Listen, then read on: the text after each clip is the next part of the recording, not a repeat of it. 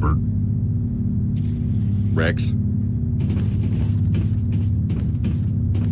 Hey, Skipper. Any interest in a small drink? It's a special occasion.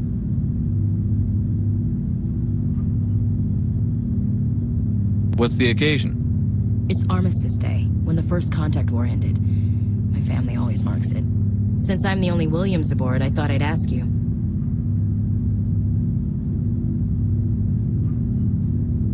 You can't think I'm the most patriotic person on the ship. Maybe not.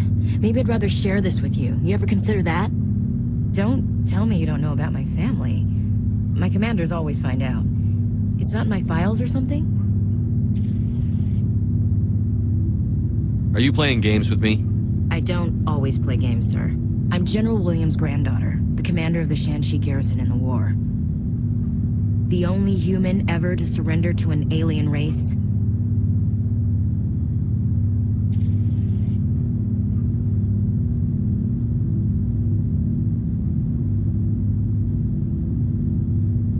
I see. That's why you drive yourself so hard.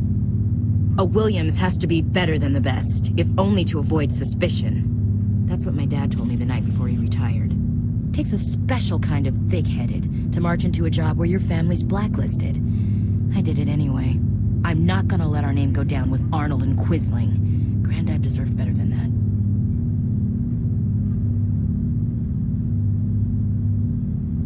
What happened to your grandfather after the war? He was relieved of command as soon as Shanxi was liberated. They brought him back to Earth in irons, but there was never a trial. They quietly demoted him and stuck him behind a desk. He retired a year later and spent the rest of his life working construction in the colonies. Sometimes we hear about attempts to get him exonerated in some official way. Nothing ever comes of them. As I recall, your grandfather held out for a long time. The Turians wrecked the orbitals in the first wave and occupied the major cities. They sat in orbit, dropping rocks on anything that moved. Granddad dispersed the troops, but when they went into the cities for supplies, the Turians would wreck a block to eliminate one fire team. Civilians were dying, his troops were starving, and he couldn't contact Alliance High Command. So he surrendered the garrison. As I recall, your grandfather held out for a long time. The Turians wrecked the orbitals in the first wave and occupied the major cities. They sat in orbit, dropping rocks on anything that moved. Granddad dispersed the troops, but when they went into the cities for supplies, the Turians would wreck a block to eliminate one fire team. Civilians were dying, his troops were starving, and he couldn't contact Alliance High Command. So he surrendered the garrison. I should have figured this out myself. I don't know how I can help you, though. Look at who I am, Shepard. Do you ever hear me ask for help? It's not that bad things don't happen to me.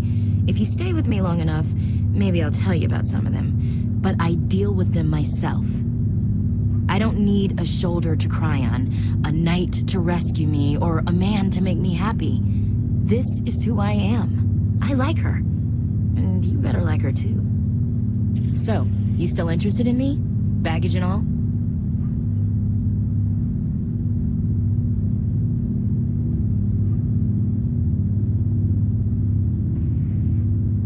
You're a difficult woman. Hard to read.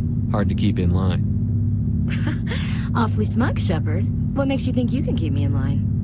But hey, once we save the galaxy, maybe the Alliance will get its act together. Start acting like an actual government.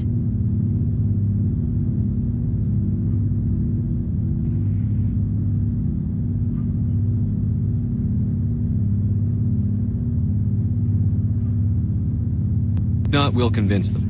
One way or the other, the Alliance is going to play a role in the Council. I have a feeling things will come to a head soon. But don't worry, Shepard. I'll protect you. What's your opinion on the last mission? Not sure I buy Dr. Tassoni's story about her and her mom not talking. They're family, right? I'm not sure I believe it either. It's better to have her where we can see her. That makes sense. Too bad those ruins got destroyed. I mean, they lasted thousands of years. That's impressive. What's your opinion on the last mission? Not sure I buy Dr. Tassoni's story about her and her mom not talking. I'm not sure I believe. Too bad those ruins got destroyed. Talk later, Williams. Looking forward to it, Skipper.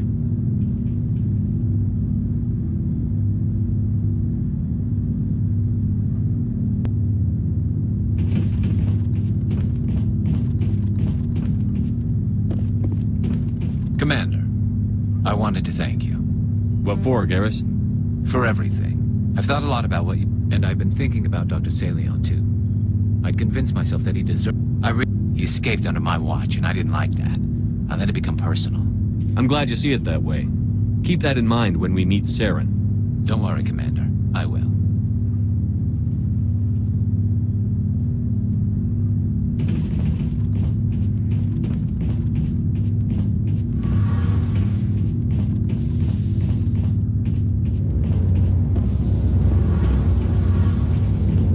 Hey, Shepard.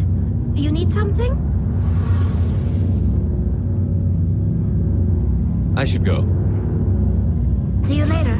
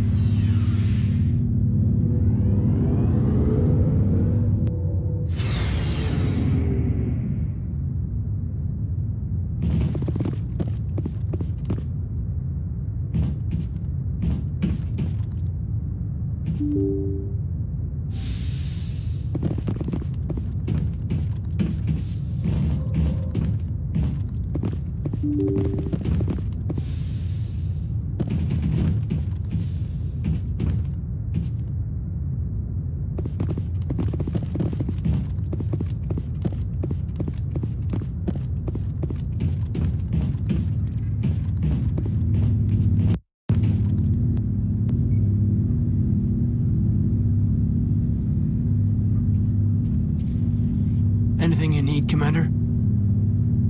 Just trying to get a sense of where the crew's at. Thoughts? I didn't figure you'd have... There's gotta be some xenobiologists who want to read about the Thorian.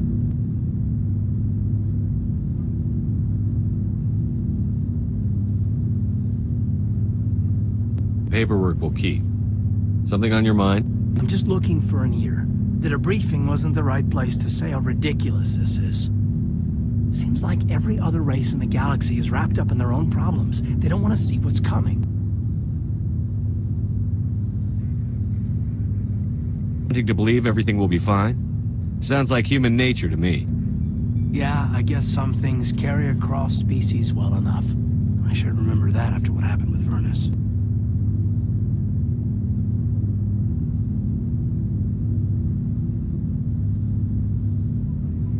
I think you'd carry a grudge over the crap you took from Vernus. Before I met Vernus, I knew as much as any other civilian. Aliens were weird, superior, and tried to tell us what to do. I mean, it's only been 26 years since first contact. That's not a lot of time to understand them. But it was Vernus who made me see how human aliens are. They're not different or special. They're jerks and saints, just like us. Hell, by the time I got payback, I didn't even want it anymore. I don't see you snapping very easily. What finally did it? He hurt Rana. Broke her arm. She reached for a glass of water instead of pulling it biotically. She just wanted a drink without getting a nosebleed. You know? Like an idiot, I stood up. Didn't know what I was gonna do, just something. And Vernus lost it. Beat the crap out of me. Kept shouting how they should have bombed us back to the Stone Age. And that's when the knife came up. A military-issue talon, right in my face. I cut loose. Full biotic kick right in the teeth. Almost as strong as I can manage now. But at 17, that's something. You wanted to help a girl you cared for. That's a noble thing.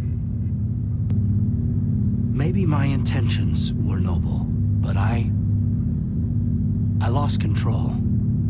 I killed him, Shepard. Snapped his neck. They probably could have saved him if they got him to an infirmary quick enough. But they didn't. Caused a stir when they shipped him home. Bot training was shut down. Kinetics folded a couple of years later. So, yeah, maybe I hated that Turian.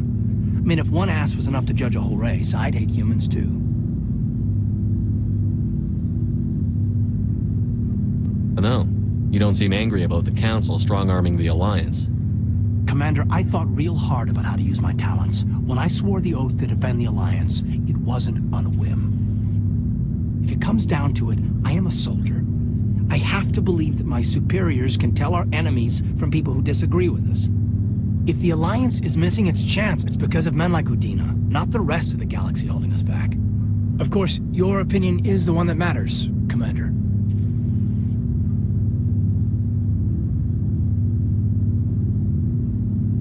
Lieutenant, I believe we need to get you a posting in recruitment. Sorry, I have some strong feelings on the subject. I should return to my duties now. Commander? What's your opinion on the last mission? Dr. Tassoni. Seems like a sweet girl. Easy on the eyes. I mean, if you like the bookish sort.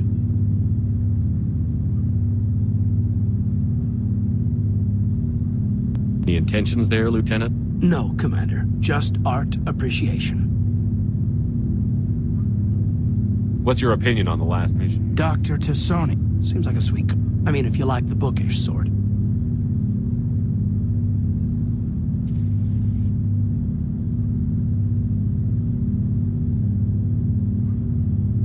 We'll talk another time, Lieutenant. Commander?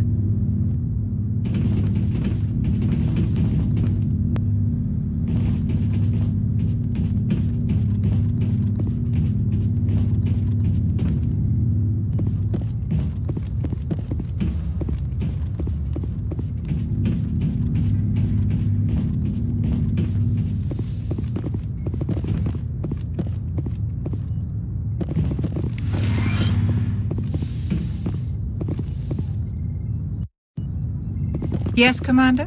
Is there something you need? How did you end up serving? I enlisted. I want... But humanity needs the Alliance. I should go. Goodbye, Commander.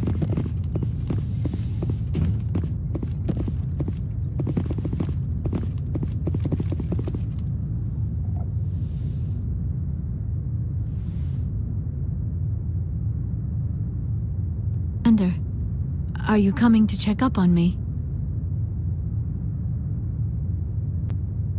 You look much better. How are you feeling? Dr. Chakwas assures me I am going to be fine.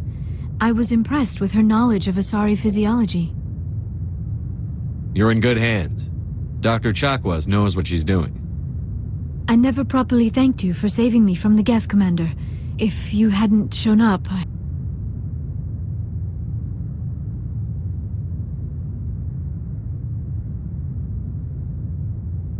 I had to save you. You can help me stop Saren.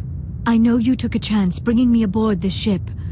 I have seen the way your crew looks at me. They do not trust me. But I am not like Benezia. I will do whatever I can to help you stop Saren. I promise.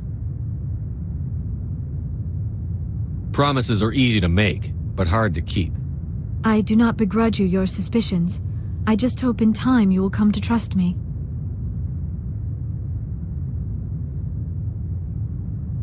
Tell me about yourself, Liara. Me? I am afraid I am not very interesting, Commander. I spend most of my time on remote digs, unearthing mundane items buried in long-forgotten Prothean ruins.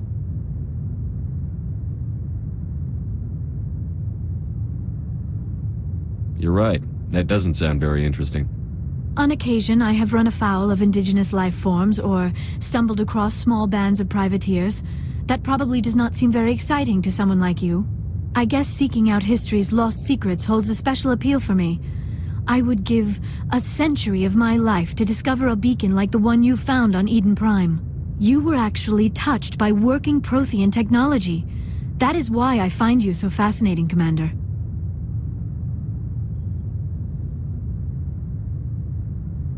Sounds like you want to dissect me in a lab somewhere. What? No, I did not mean to insinuate. I never meant to offend you, Shepard. I only meant that you would be an interesting specimen for an in-depth study. No, that's even worse.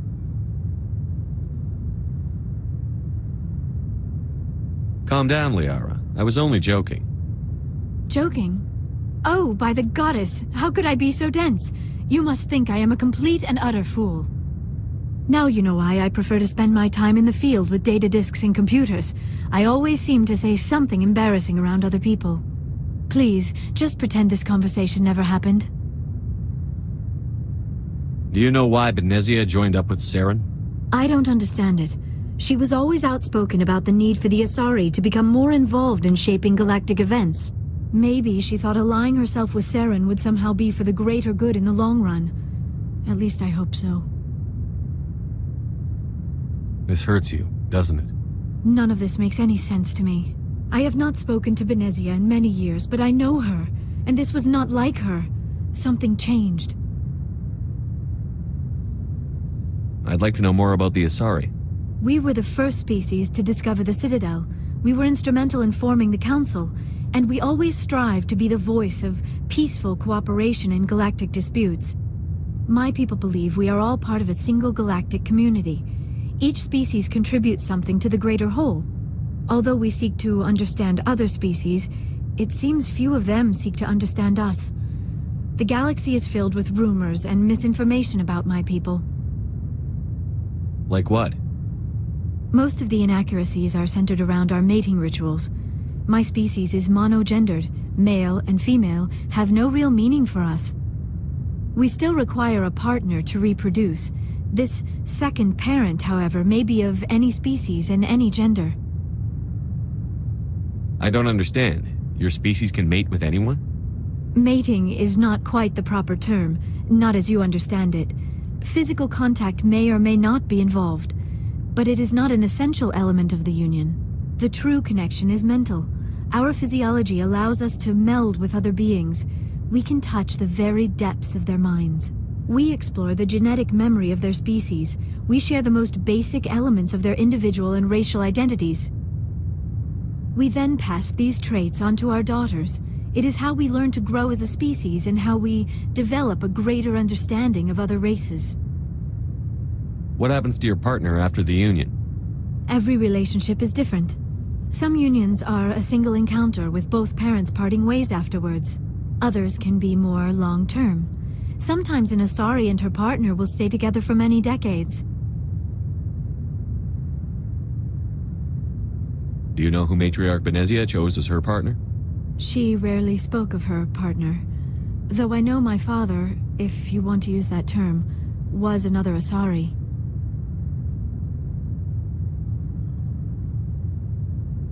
I thought you always needed another species to serve as one of the parents. Think about it, Shepard. If we were not able to mate with our own species, we would have died out long before we ever mastered spaceflight and left our homeworld.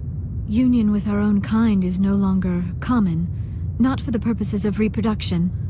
Most Asari believe it weakens our species. Asari daughters inherit racial traits from the father species. If both parents are Asari, then nothing has been gained, or so conventional wisdom would hold.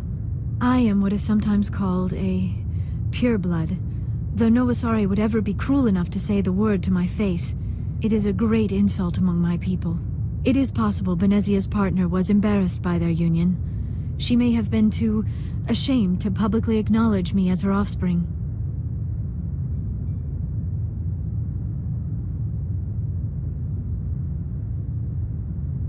Maybe she wanted to meet you but couldn't. Something could have happened to her. Maybe she passed away. You might be right. I hope you are. But I have no way to know for sure. Benezia never spoke of her partner. Whatever happened, it caused her too much pain to dwell on it. She raised me by herself, though that is not uncommon. Many Asari raise their children alone, particularly if the father species is short-lived. Often the partner will pass on long before the child reaches maturity. Do you know who Matriarch Benezia chose as her partner? She rarely spoke of her partner. Though I know my father, if you want to use that term, was another Asari. Benezia never told you her partner's name? Union with our own kind is no longer. Asari daughters inherit racial It is possible Benezia's partner was embarrassed by their union. She may have Maybe been... she wanted to meet you, but... You might be... Benezia... Many Asari raise their children alone, particularly if the father species is short-lived. You Asari live for 1,000 years. What happens when your partner dies? Few sapient species live as long as my kind. We have learned to take a philosophical approach to our unions. We do not focus on the inevitable loss of our partners. Instead, we enjoy the time we spend with them. And even after they're gone, a part of them lives on in us. The union is a connection that transcends both time and space. I should go. Goodbye, Shepard.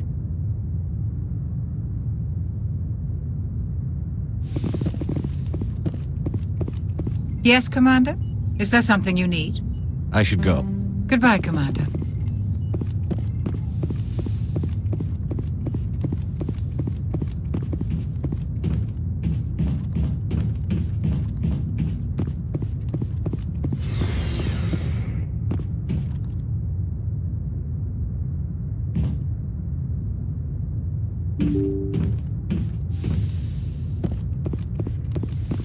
Yes, Commander?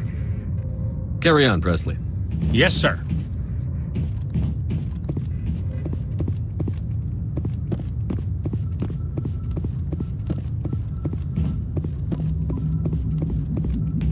I prefer gold to silver, you know, for my metal. I figured you'd recommend me for one since I, pulled your boots out of the fire.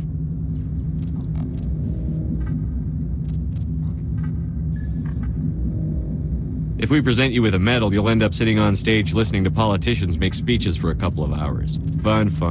That's a good point. They'd probably make me shave, too. I spent the last 7 weeks working on this baby. No medal's worth that. So, Commander, why don't you tell me why you're really here? I have to go. All right, see you.